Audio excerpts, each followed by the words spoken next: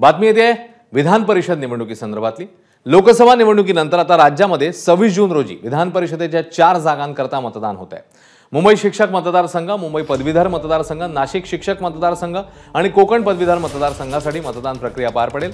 राज्यातील महाविकास आघाडी आणि महायुतीने या निवडणुकीकरता आपली सगळी ताकद पणाला लावली।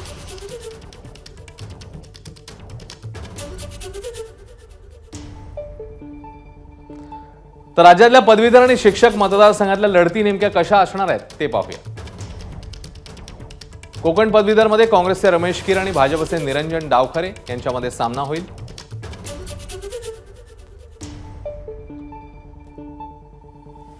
तर मुंबई पदवीधरमध्ये तिरंगी लढत आहे। ठाकरेंच्या शिवसेनेकडून अनिल परब, भाजपकडून किरण शेलार आणि शिवसेनेकडून डॉक्टर दीपक सावंत असा हा तिरंगी सामना मुंबई पदवीधर साठी होणार आहे।